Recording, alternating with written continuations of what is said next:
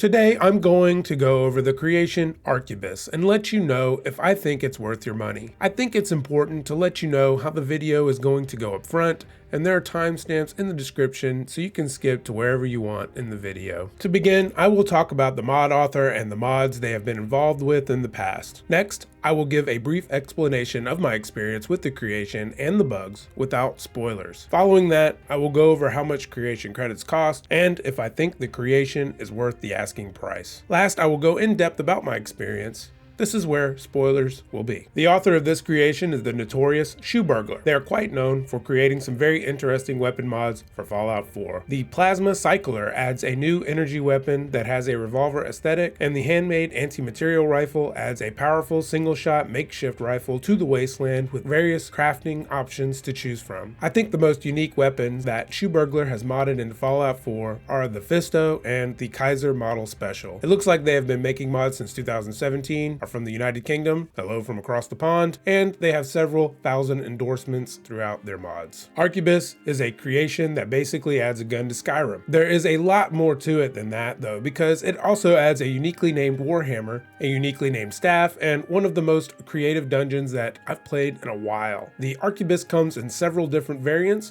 and has 3 types of ammo to choose from. The warhammer and the staff are cool, but I think the most interesting thing about this creation is the dungeon. I don't want to spoil anything here, but I will say that the design was very nice. Every area had a unique signature to it, and there are some nice puzzles. The unique enemies were a great addition, and speaking of enemies, the rest of the dungeon was challenging enough, but not so hard that I couldn't do it. I started at level 10 so I could experience the dungeon when it was the most challenging, and I really liked it. In my opinion, if this creation was being sold as a dungeon with some weapons that came with it, it would be just as tempting to buy as it is with the Arquebus as the window dressing. That's probably just me though. I'm a sucker for a good dungeon. This creation's quest doesn't start until you enter the dungeon Theatricals, and to be honest, I wish there was more to this. When you arrive at Theatricals, you find that General Tullius has sent guards to aid someone named Marius Gaius to excavate the site for valuables. I think finding a note at Castle Dwar about this excavation would have been a much better start to the quest. This is a minor gripe though, because the rest of the creation went well for the most part. The dungeon experience was top notch and the weapons worked great. It is a little weird that my character in Skyrim is wielding what is basically a mini cannon, but it's cool. I'm not completely sold on it being lore friendly, but in my testing, the Arquebus wasn't too overpowered for the most part. More about that later in the spoiler section. I really enjoyed the design of the dungeon. The Dwemer design has always had a daunting effect on me because I know that usually means mechanical, soulless creatures are out to take me down no matter what it takes. I did, however, come across a couple of bugs. At one point, about halfway through the dungeon, my follower got stuck on this waterfall, and the only way I could get them to continue was by aggravating the enemies in the next area and leading them back. This doesn't seem to work every time though, so I had to load a save from right before getting to this point and try a couple of times before the followers finally jumped down. This was pretty minor, but the other bug I came across may be something that a lot of people will not like. I had 3 quest items get stuck in my inventory after all was done. In my case, I play on PC and there are console commands that I can use to get rid of them, but for Xbox users, I'm not sure what you could do. Even though this issue is not that big of a deal for me, for some people, I could see them getting pretty upset that they paid money for a creation just to get quest items stuck in their inventory. When reviewing something that cost real money, I have a criteria that I set for creations. These standards are going to be set for all videos going forward that specifically talk about creations. There are 3 categories that I'm looking for. The creation only needs to meet the expectations of one of the categories for me to consider it worth real world money. The first category is what I like to call the game changer. If the creation can change the way I play the game or the game loop itself, then I would consider it. In my mind, Skyrim is a dungeon crawler. With that being said, the second category for me would be new dungeon. Of course, they would need to be unique, but still just being a dungeon would pique my interest. The last category would be adding new areas to explore with quests and voice NPCs. These would need to be lore friendly and would be better if they added more dungeons. These are just my expectations. Let me know in the comments what a creation would need to have for you to shell out the cash. Creation credits have changed in price as of December 12th. You can now get 500 credits for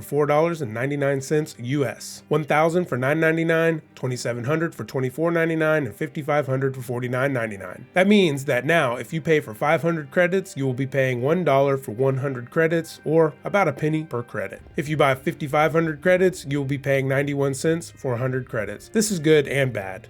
It's bad because before you could get 5,500 credits for $39.99, and that was a way better deal. However, the lower tiers were about the same as they are now. The good part is that now if you don't have the 40 bucks to pony up for the best deal, you won't feel like you are missing out if you buy one of the smaller bundles because they are basically the same price per value. At 600 credits, that's about $6 for this creation. Personally, I didn't mind the bugs, but I'm on PC and I'm pretty used to bugs, especially when dealing with mods. I could, however, see quite a few people getting upset that what they paid for isn't working correctly. If you think you would fall in the latter, then I would suggest waiting for a patch or passing on this one. Also, now with credits changing price, I would like to see this creation come in at 500 credits. That's around $5. I'm saying this because I do really like a good dungeon, and this creation does deliver on that. The Arquebus is very unique, has different variations, and is fun to play with. The staff is pretty cool. I don't want to say what it does because I would consider that a spoiler, but the Warhammer is pretty fun to play with if you are a two-handed weapon specialist. These days, it's hard to get a good cup of coffee for less than $5, and I would say that I personally enjoyed this mod more than a cup of coffee.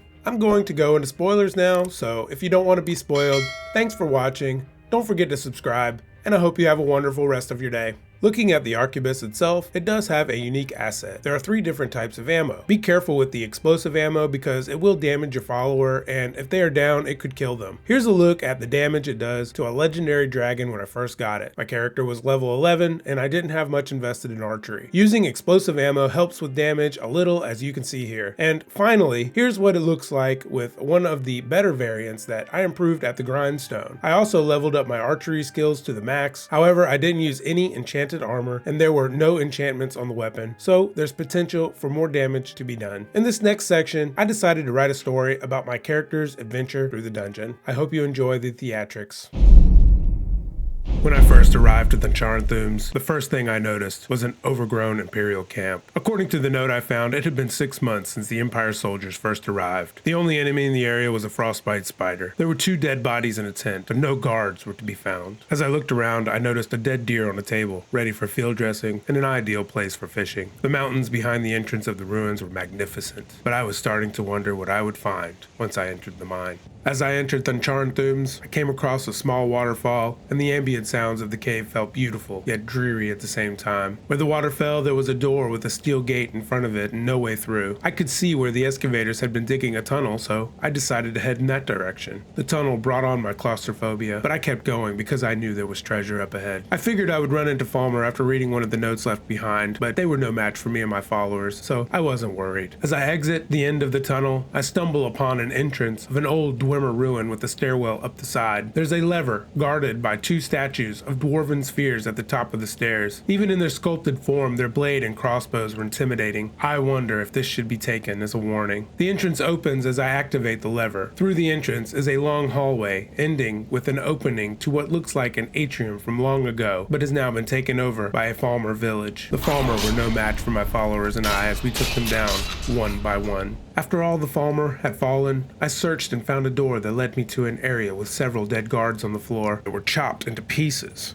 What kind of creature could have done such a thing? Sure enough, as I was in awe of the dead, a Chorus hunter fledgling popped out and attacked us. It buzzed around our heads and spit poison. We took it down swiftly. There were 2 more in the area that we destroyed before going through another door, only to find an interesting artifact. In a note that I found beside it, Marius described its appearance as similar to the automatons from Solstheim. I haven't been to Solstheim, so I'm not sure what that means, but this enemy looks to be a worthy opponent. I come across one. There's an area somewhat hidden next to the stairs beside the atrium. As I stepped through the dilapidated door, I stumbled upon a dwarven warhammer. There's an ancient Dwemer text inscribed on the side. My Dwemer is rusty, but it seems to say Carthemek's Gavel. This weapon is unlike other Dwemer weapons I've encountered. It feels warm to the touch, and there's a fiery red glow in the head of the hammer. As I was gazing upon the magnificent wonder of this weapon, a Dwemer sphere slipped out of the wall and attacked. Using all my might, I slammed the gavel down on the mechanical beast, and an explosion filled the room, damaging the sphere catastrophically. I was winded landed after the mighty blow, but I still had enough energy to take down the enemy and continue my journey. There's another lever that opens a door, but this time it's guarded by at least 2 Wimmer Centurion statues. Their size makes me feel as though I'm nothing more than a dog to them. Their gaze seems to be fixed to me as I enter the next part of the perilous dungeon. As I'm going through an area that looks like it was used for storage, I came across a couple of dwarven spiders. They may be made of metal, but they were no match for me now that I have this gavel. The power that I have combined with the energy of this weapon was put to its first real test as I unexpectedly ran up on a dwarven ballista. It shot a bolt in my upper thigh, the pointy end sticking out the other side. I staggered and thought I was done for, but at that moment one of my faithful followers ran up and distracted the beast. I was able to recover, and after just a few blows with my mighty gavel, the soulless creature was no more. So, this is the monstrosity that Miriam was talking about from Soul's Time, I said to myself as I continued farther into the belly of the beast that is this dungeon. The walls crumbled around me as I opened the next door. I was confused for a moment. I thought I was looking at another dwarven ballista, but this time it was staring at me with a black hole the size of my fist. I dodged to the left just as a projectile was shot out of the hole. It sounded as if lightning had struck right beside me, but only fire came out of the ballista's head following the projectile. My followers kept the beast preoccupied as I wound up and struck it with all my might. My swing was mighty, and the gavel was fiery. Together we caused so much damage, but the monster still took quite a beating before finally going down. I hope I don't run into more than one of these at a time, I thought to myself. I was still wounded when 2 dwarven spheres came out of nowhere. My followers took care of one, but I was alone in the fight against the other. Its blade pierced my belly as it lunged at me. My sight grew somewhat dim, but I was able to block the somewhat humanoid's next attack. The sphere seemed confused that I was able to take such a hit, so I used that disorientation to my advantage and swung my gavel as many times as I could while reclaiming some of my endurance. As soon as I was capable, I swung down with all of my might. The sphere was no match for my last explosive attack and fell apart as it hit the ground. I used the healing spell to replenish my needs as I looked at the lift in front of me. The walls shook again. I think we may be in for a rough ride, I told my followers. Once my health and stamina were restored, I pulled on the lever and away we went down into the depths of the Charnthams. I put a lot of work into this one, so I really hope you enjoyed it. If you did, then you know what to do. If you want to see more videos like this one, then think about subscribing. If you want me to finish the journey through Charnthams, then leave a comment down below letting me know.